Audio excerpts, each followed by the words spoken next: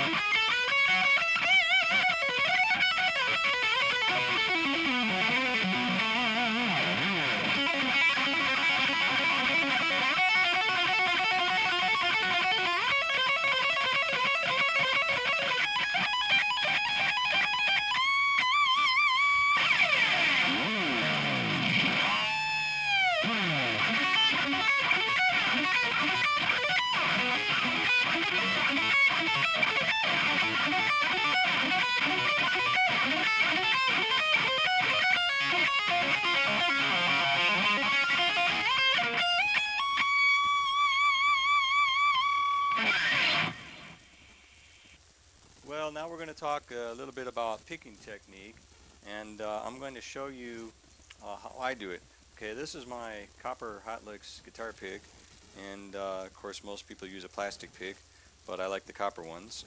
Anyways, I start by holding the pick into point, and I start by putting the thumb across the back of the pick, and then I bring my index finger around on the other side, so that what I get is where there's a line through the thumb and then there's a line through the pick, so they make like a 90-degree angle to each other. And that way it helps when I put the pick into the string. The pick goes right into the string, squared up, and I get a nice solid attack on the string this way. And the other thing that you want to do is, that I do, is I like to hold the pick so that it goes square into the string, so I get the surface of the pick making a full contact to the string. If you turn the pick sideways like this, you have this kind of a sort of a sawing motion, as it were. And if you turn the pick squared up into the string, you can hear that it's a much chunkier sound, and I'm not using any additional effort whatsoever. So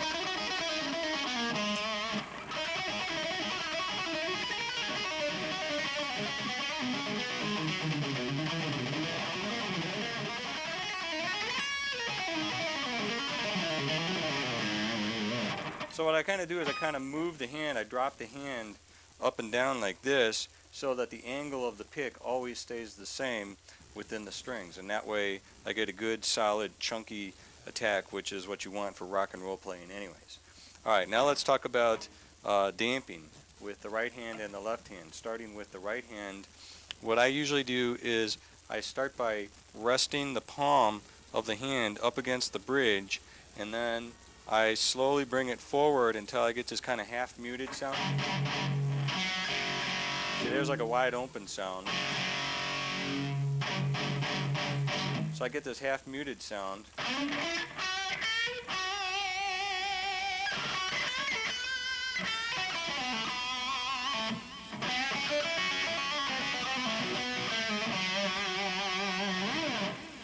And the advantage of this, in addition to getting that, helping to get that chunky sound, is that especially if you're playing on the top three strings, the palm is literally, it's choking the sound off, so I don't get a runaway like that. I don't want to have any ringing or feedback or anything happening on my bottom strings, so I just hold the palm into the strings like that, and it helps quite a bit.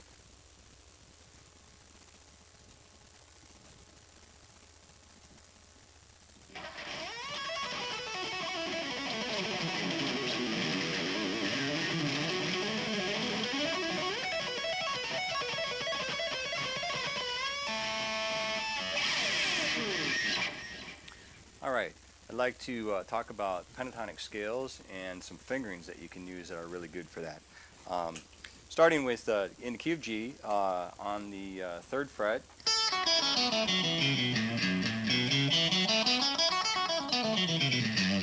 Okay, that's like our home bass position, and then we move to the 6th fret, and this would be the 2nd position of the scale. And moving to the 8th fret, and this will be the 3rd position of the scale.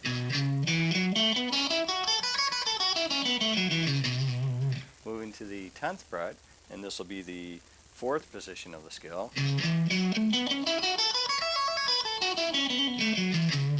Okay, and then moving to the 13th fret, and this will be the 5th position of the scale.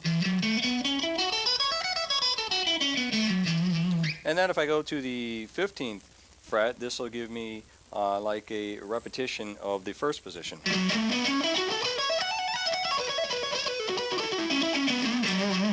And then another thing that's really cool is I have the 13th fret position here. You can also do that at the 1st fret.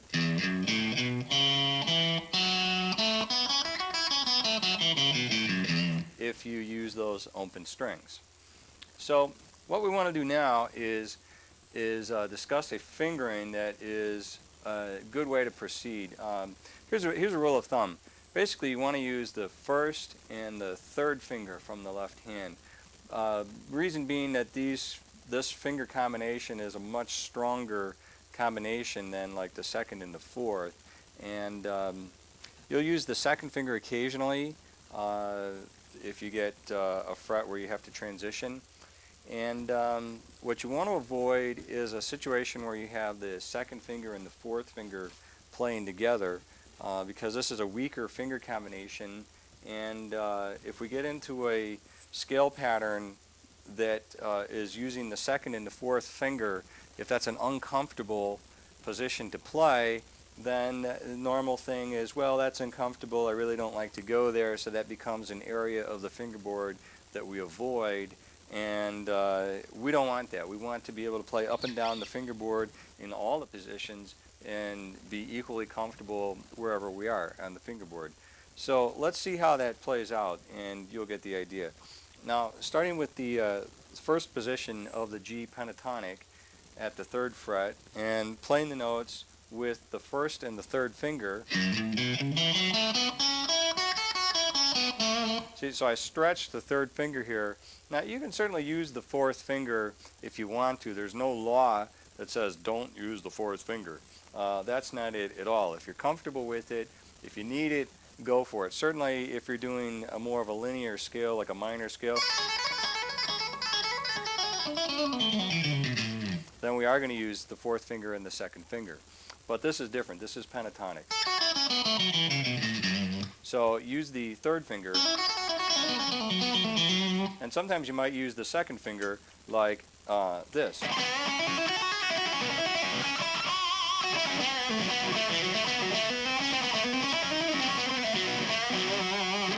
Okay, so if I move to the 6th fret,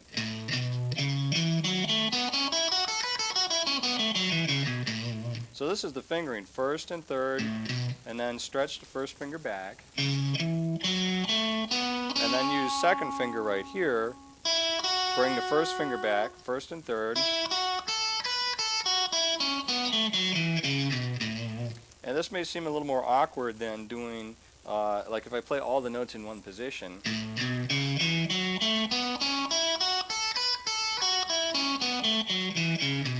See, I use that 2nd and 4th finger, and that's really nice if I'm just playing a scale pattern out of a book and just following the fingering, but it's not really very practical for lead work, and this is certainly a good position that we should use.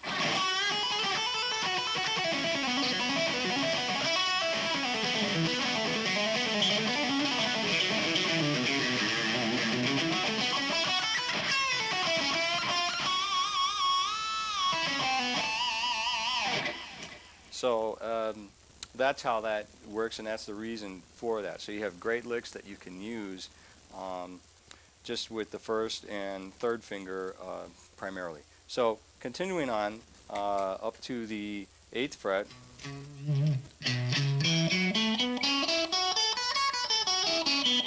See, once again, I get into this where I have to stretch over to the 7th fret with the 1st and the 3rd finger. 1st and 3rd finger again. And then I use 2nd finger right here because, once again, just according to the licks that we're going to do.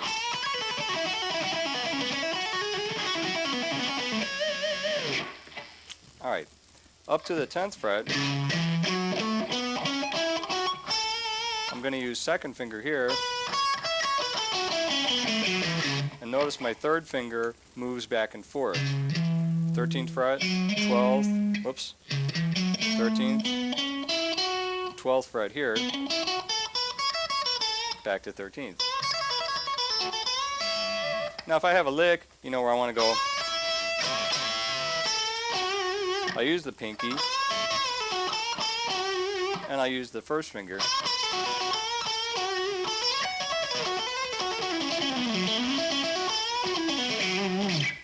But by and large, I'm using 1st and 3rd finger. So up to the 13th fret, here I use 1st and 3rd finger, and then I stretch the 1st finger back.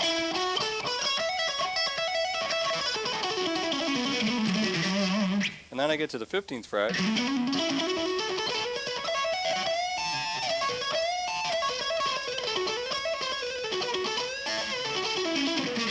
See, and if I have two notes that are 3 frets apart or 2 frets apart, I'll just use the 2nd finger because the frets are so close together. So that's basically it. Something like this.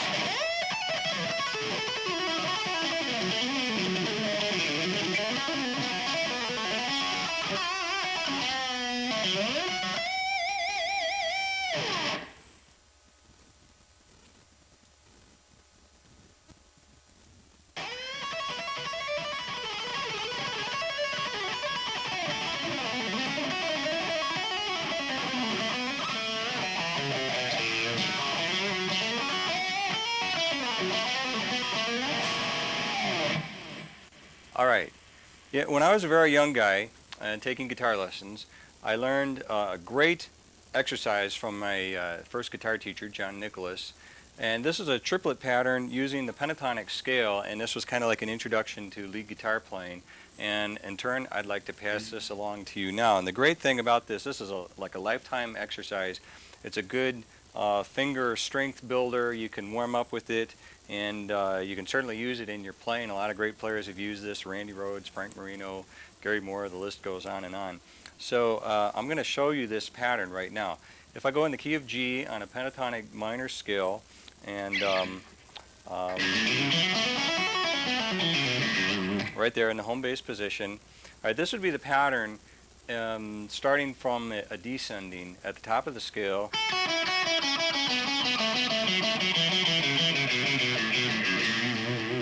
Okay, and here's how it works. It's a sequence of 3 notes going down the scale.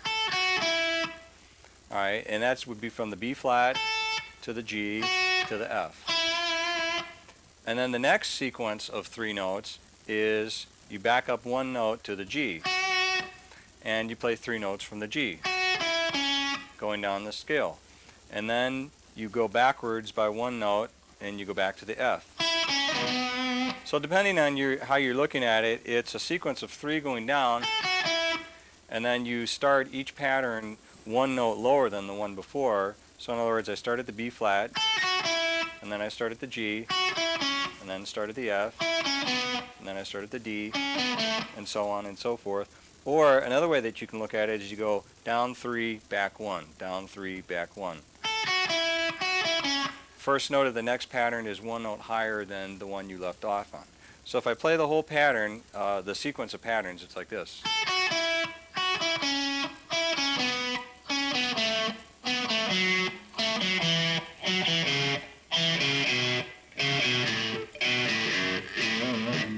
Okay, and then if I put it into a nice, even, triplet rhythm, something like this.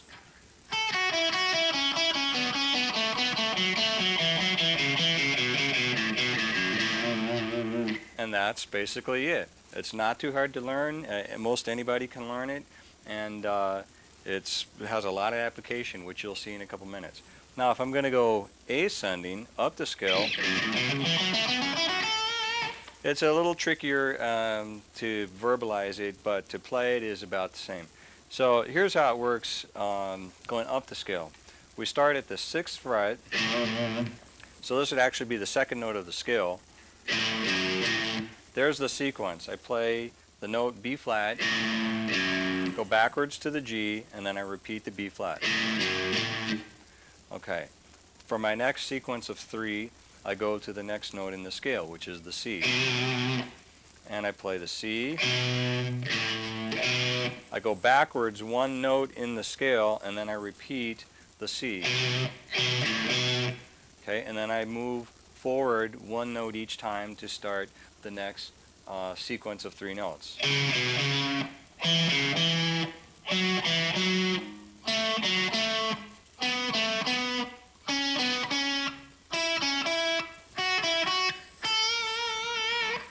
So if I play that in a nice, even triplet rhythm, again, something like this.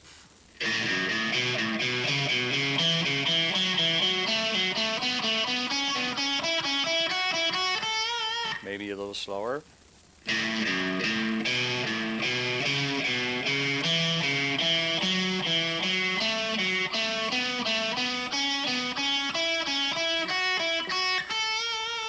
Going backwards.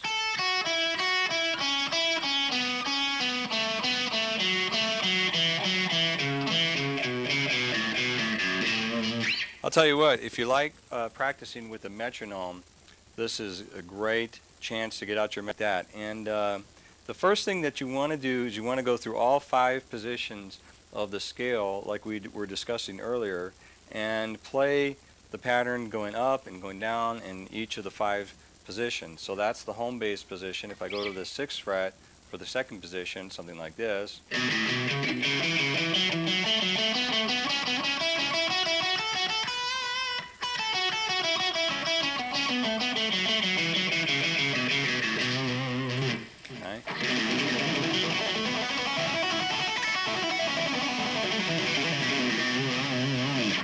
So one of the things that you can do when you get to the top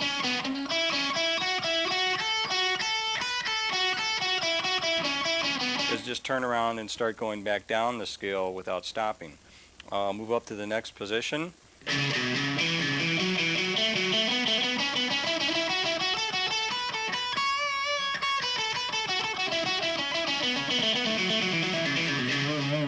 Okay, again, I'll do it, and when I get to the top, turn around without stopping.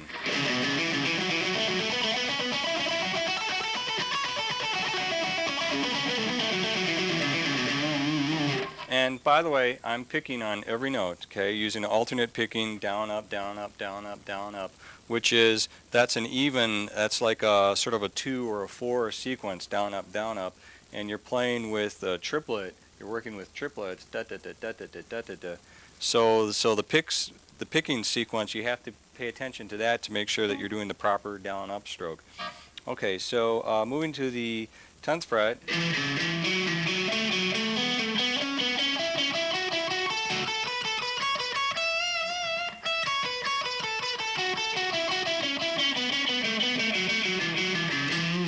Okay, and then moving to the 13th fret.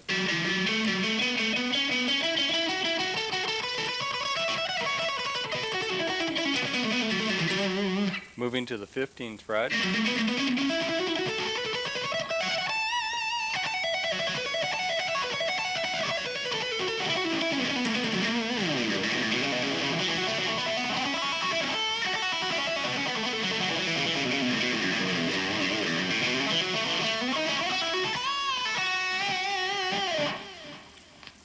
All right, now here's the next thing that you want to do with this. Now that you've played all the individual positions, we want to combine pairs of positions. So if I have the home bass at the 3rd fret,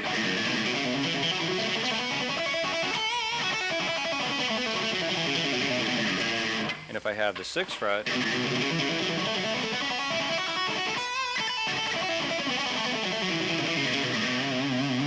okay, what I want to do is I want to combine those 2 patterns together. So I'm going to do a matrix of shifting on each of the 6 strings. So if I start on the home bass 3rd fret,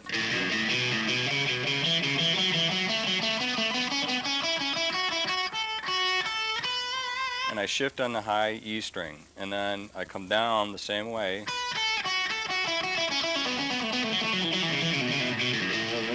okay, and then I want to do the same group of positions shifting on the 2nd string.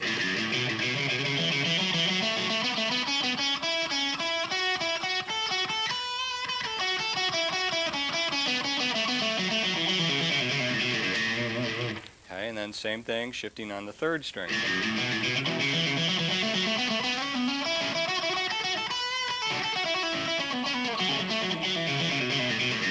Alright, so when you're on that 3rd string, you're using your 2nd finger a lot, so you just have to watch out for that and work out the fingering for yourself.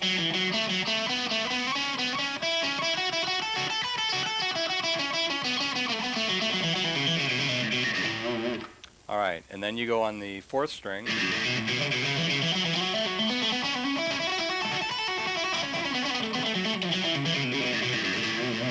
Okay, then we go on the 5th string. Try that again.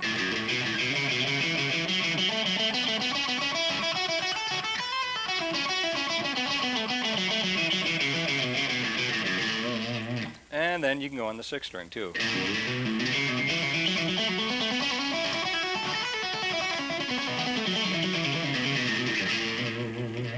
Great. So that's a combination of the 3rd position and the 6th position.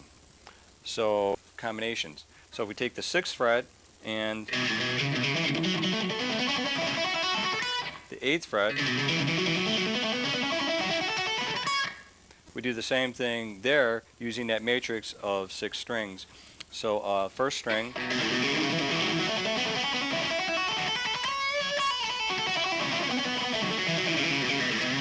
2nd string,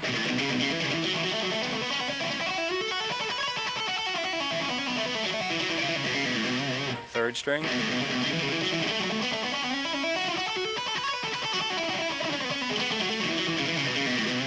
4th string,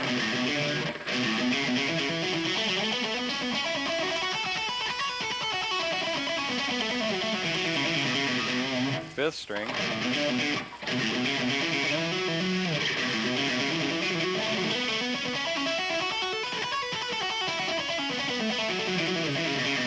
and 6th string.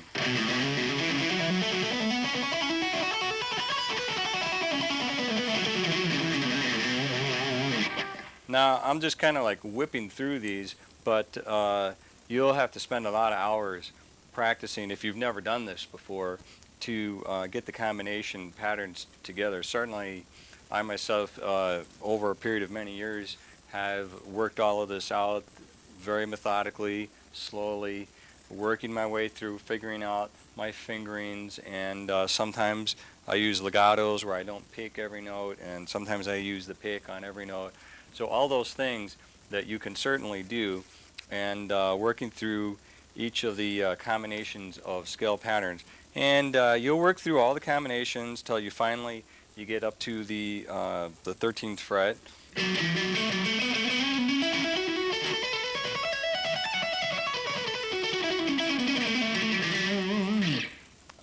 And then what you can do after that, after you work pairs of positions, you can work 3 pairs of positions, and then your matrix gets really interesting.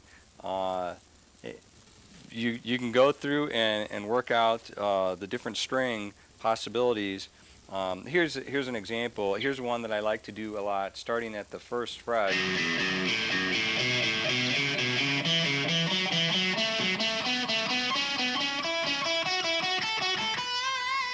So I start in the 1st position of the G blues scale, and then I shift up into the 3rd position, home bass as it were.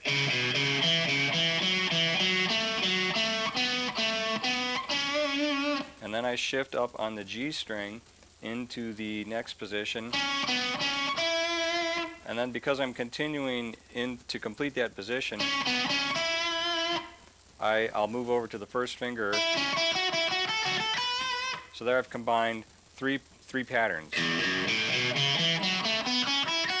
First position, third position, and sixth position.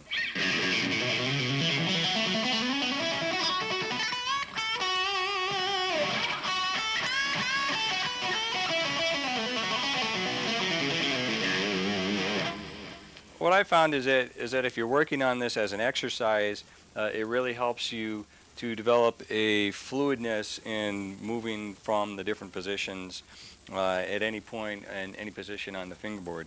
And certainly for the grand finale, you can like work out an exercise where you work from the highest position to the lowest position and back again, maybe something like this.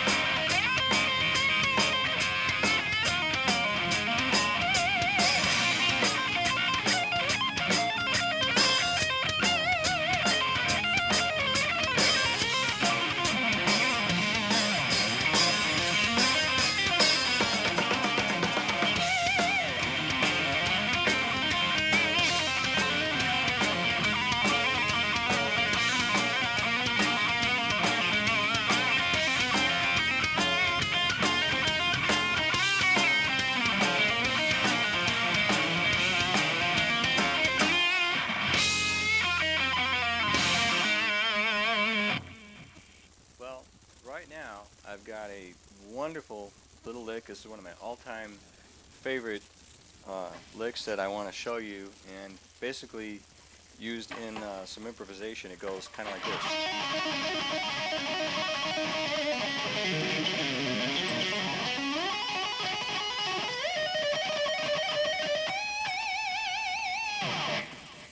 Okay, so what is the lick? It's simply doing this.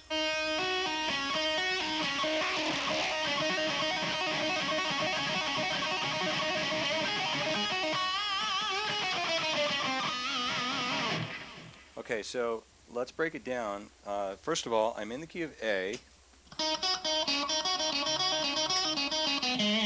and I'm on the B string, second string, with the first finger and the third finger and the second finger on the D. So there's only 4 notes in the pattern, just like that. And I pick the first note with a downstroke. Then I do a hammer-on and a pull-off, and then I play the D on the third string with an upstroke.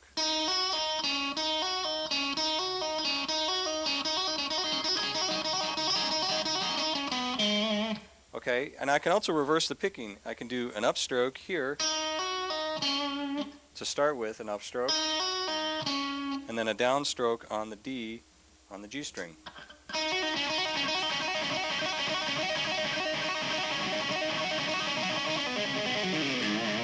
The great thing about this lick for me is that I'm always running out of ideas, and I need something to help myself.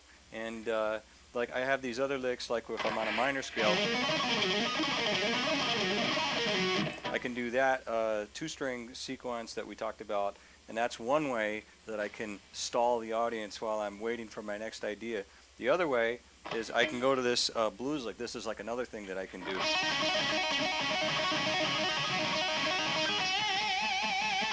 That usually if I play that a little bit, then I can like get the brain in gear and maybe think of the next idea. Sometimes maybe yes, sometimes maybe not. Well, one of the things that you can do if you have this lick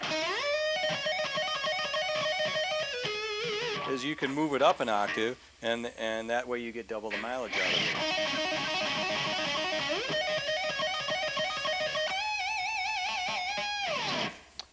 Another thing that I can do, I actually have 6 different fingerings for this lick, and I'm going to show it to you. And they're all little variations, and use all the variations, and you get a little bit different sounds out of it. Okay, so this is like the first variation of it. Now the next fingering of it goes something like this. Okay, I just use the 3rd finger at the D sharp on the G string.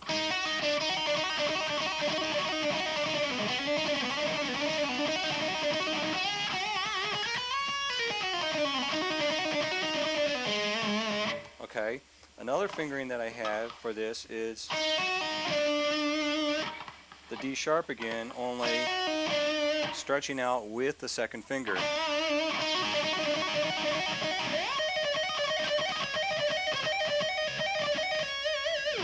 Okay, so there's like the 2 variations back to back.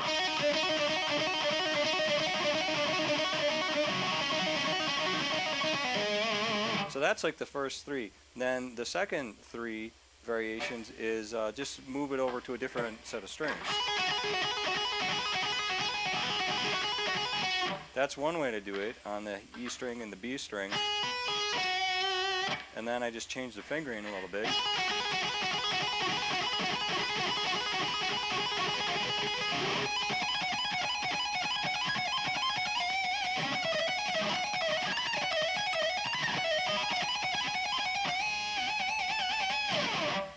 Okay, and then I can do this. I just play the 1st finger, 3rd finger, and then the 4th finger at the 9th fret here.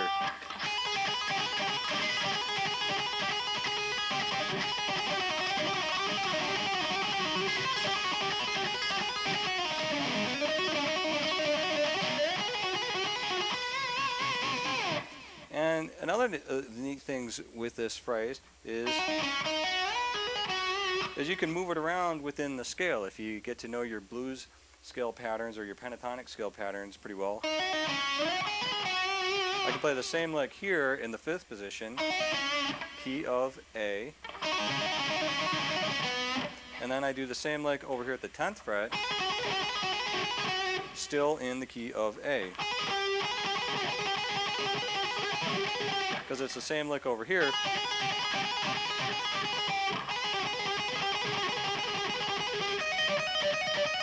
This other lick that I had over here, key of A, 5th fret, top 2 strings, 12th fret,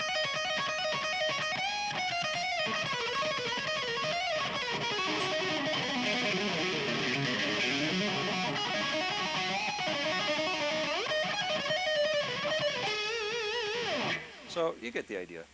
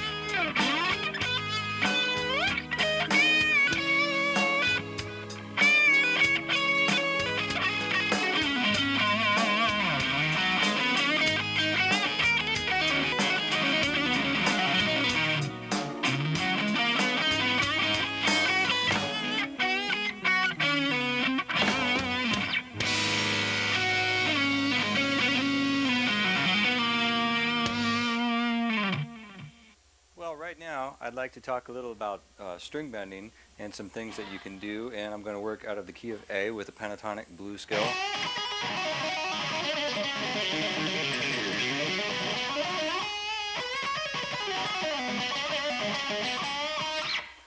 Alright, so if you know the scale in the key of A,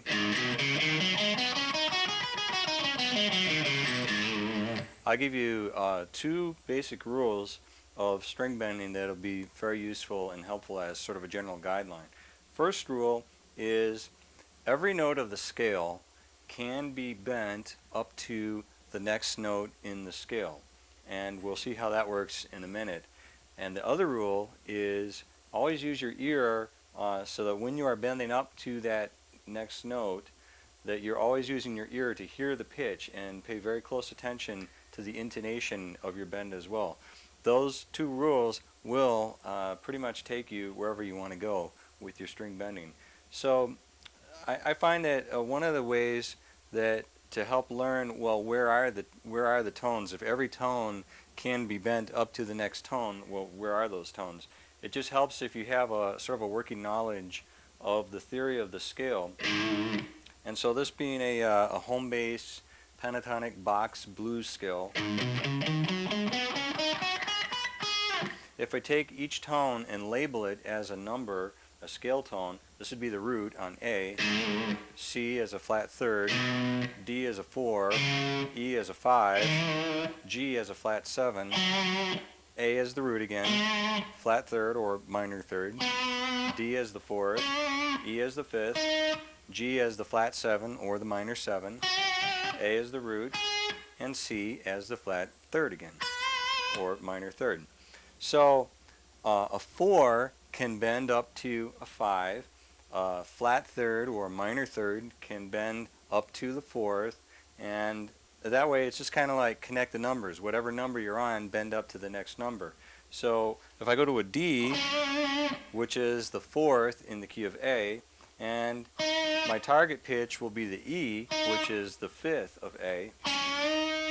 See, there you go. So I take the D and I bend that up to the E, and then I use my ear to listen to the intonation. So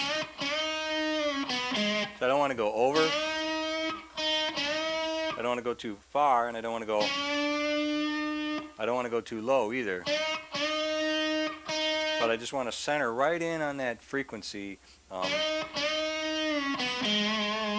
And that is one of the things when I hear a student guitar player in many years of teaching, people try to do string bending, and when I'm teaching in a lesson and somebody has the idea, well, okay, bend a note somewhere, and they don't really have a concept of where they want to go with their bending in terms of a target pitch, or even if they do know where they're trying to get to, they don't have the control to get that. So you have to put in a lot of hours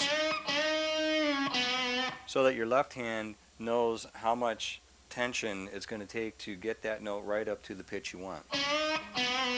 So this will work on other notes as well. So if we take the minor third on the C, well, the next tone would be the 4th, which is the D.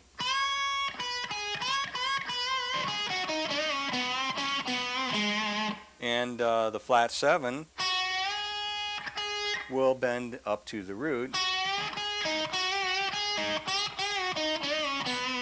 And if I get up onto the higher notes on the fingerboard, so I can take the minor third, and I can take the 5th or the flat 5th,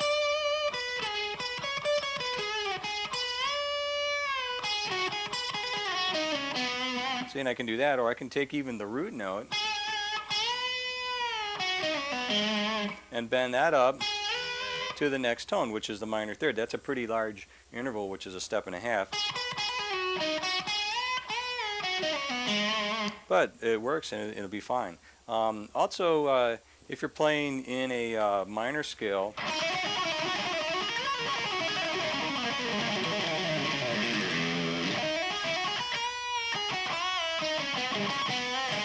you have other notes that you can use as well. So I can take the flat third and the 2nd, and then I have the flat 7 over here, and the flat 6 or the minor 6. Also, the major 6 works really well with the 7th too. Here's a nice little lick that you can practice. It's a lot of fun.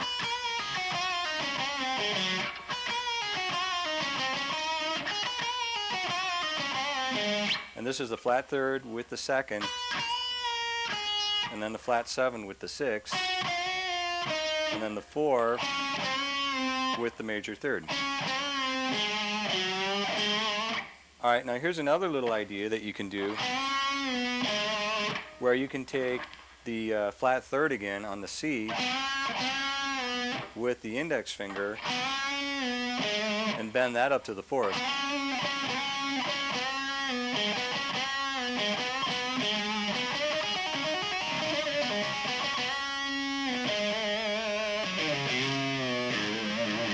Okay.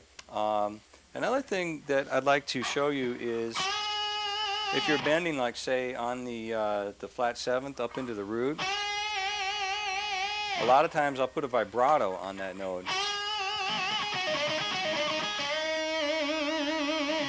Probably more times than not. So anyways, when you're doing this vibrato, what you want to make sure that you do is, first of all, get your bend up, hit the target pitch, which in this case is the G up into the A. And then as you work the vibrato, you want to let the note down from the target pitch about a quarter of a step or a half a step, just a kind of a tone. And you want to let it down and then bring it back up exactly to that target pitch, and that's where you have to use your ear to know the intonation. And then on each cycle of the vibrato, you want to let the note down by that same amount each time. So really put in the hours to have control over the left hand on that.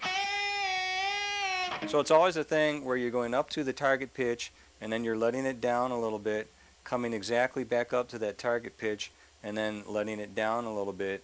So when you work the vibrato, it's not like where you bend over the pitch and then under the pitch or over. That would sound something like that.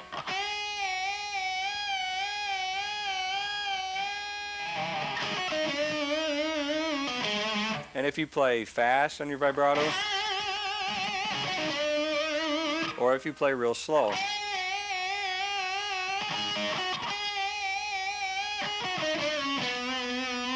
the concept is the same either way.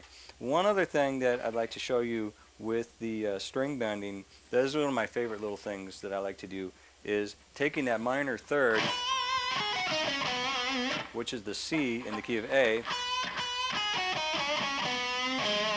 and bending that up maybe a quarter of a step. So if I look at a C and the C sharp, which would be like a half a step higher, and if I take that C and bend it up, not quite the full pitch.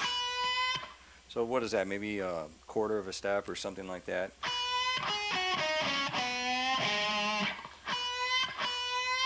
And then what I also do with this bend is with my pick, I set, when I get to the top of that little bend there, it's almost a lift, just lifting the note up a little bit more than a bend. And then I set my pick into the string and so that I can release the bend. See, then I release with the left hand. And then I go on to the next note. So the net result is that you hear the sound of the note as it bends up a little bit, and then it releases, and you never hear the sound of it as it comes back down. That's not the sound you're looking for. You're just looking for something like this. And then you can combine different types of bends. So here's a flat 3rd bending up to the 4th, and then doing that little quarter to half step bend there.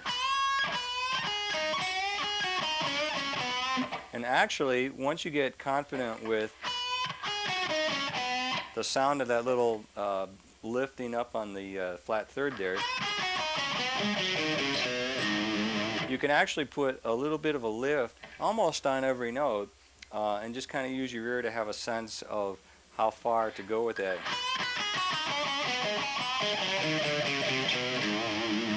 Okay, as opposed to just straight, like say if you're just working down the scale, this is a little better. You can hear it, it just makes your phrasing a little more expressive. First of all, vibrato does not come, a good vibrato does not come from the finger like this. So you don't want to be just trying to do all the, you don't want to be trying to get it out of the finger because there's not enough power in the finger itself. Where you want to get it from is by rotating the forearm or the wrist. That's where you get a smoother, more controlled sound. And this is the way that you can do it. Start by putting the base of the index finger up against the neck of the guitar, and this becomes a pivoting point. Okay, so that's the first rule. The next rule is you want to keep your elbow quiet all of a sudden when you start rotating your wrist, and then your elbow wants to fly out, and we don't want that either. So we're just going to turn the wrist, we're going to keep the elbow quiet, and we're going to pivot against the index finger up against the neck like this. Alright, and then as you close the finger over the string to make a sort of an arc over the string, and if I turn the wrist like this, see, if I was to put my finger on the note C on the G string and just hold the finger over the note, if I turn the wrist, see, then you can see how that finger, it just makes a little motion over the string as if to pull the string down to the edge of the fingerboard. And the other thing that you want to be careful of is when you start turning the wrist, to keep the back of your hand in line with the forearm. You don't want like this, to where you see I'm changing the angle of my hand to the wrist, because you can be turning your wrist all you want, but if your hand is kind of like negating that motion, then that's not going to help you very much. So you want to keep from the elbow through the wrist all the way through the back of the hand, all of that connected in one straight line, and then if you have that pivot point with the bottom of your index finger against the neck, and then when you turn that forearm, it's just going to pull that finger down, and then when you put your finger on the string, see, then that string is going to go with the finger. And one other thing is, on a musical note, is pull the note out and then return it all the way to the pitch each time. So you don't want to be doing that where it kind of goes out and then it only comes part of the way back. It's just the same thing as like with a good string bending technique. You want to come all the way back on each cycle.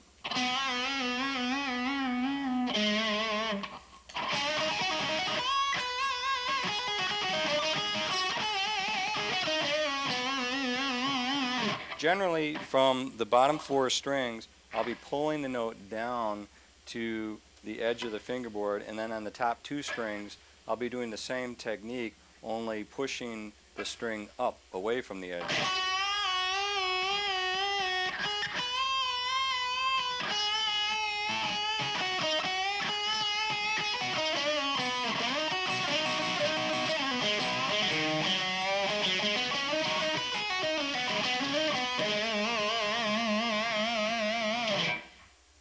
So now let's talk about the left hand damping, and this is the way I like to do it. When I'm playing a note with the index finger, say if I'm hitting the C, 5th fret G string, I basically position the finger so that I will choke off the sound from the D string and the B string with the index finger of the left hand. And this really helps to control unwanted noises from coming through. See, if I can hold the finger like this, and you're allowing the B string to ring through and the D string to ring through, and then when you turn up the volume and add the distortion and the feedback and all that, you get a big sloppy mess, and you can hardly hear the note for all the junk that's pouring through, all the extra unwanted sound. Feedback is great if it's under control and you're manipulating it the way you want, but what you don't want is for open strings to be ringing while you're trying to play a note. So that goes across the board. If I play a note like, say, the E at the 5th fret on the B string, I don't want the G string and the E string to ring through. I don't want that. So I'll just position the finger. See? So I just damp out the G and the E, and I'm good to go. The same thing goes through with the other fingers as well. Like if I play the 3rd finger right here, see, I just damp the strings on either side of the note, and I'm fine. And it really controls the sound. The other thing that I'll do is I'll gently trail the thumb up and down that bottom E string as wherever I go with the fingers, and that helps to control the sound because that lower string will tend to start ringing on you too. So combined with the right hand damping on the bridge, this will really go a long ways towards having the sound that's under control, and then you can do what you want with it, and we turn up the distortion and we get something like this.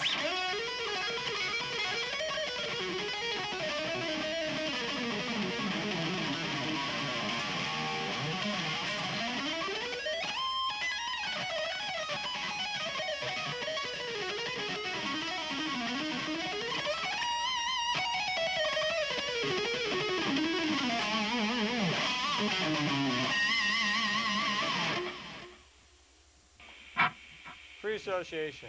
3, 2, 1.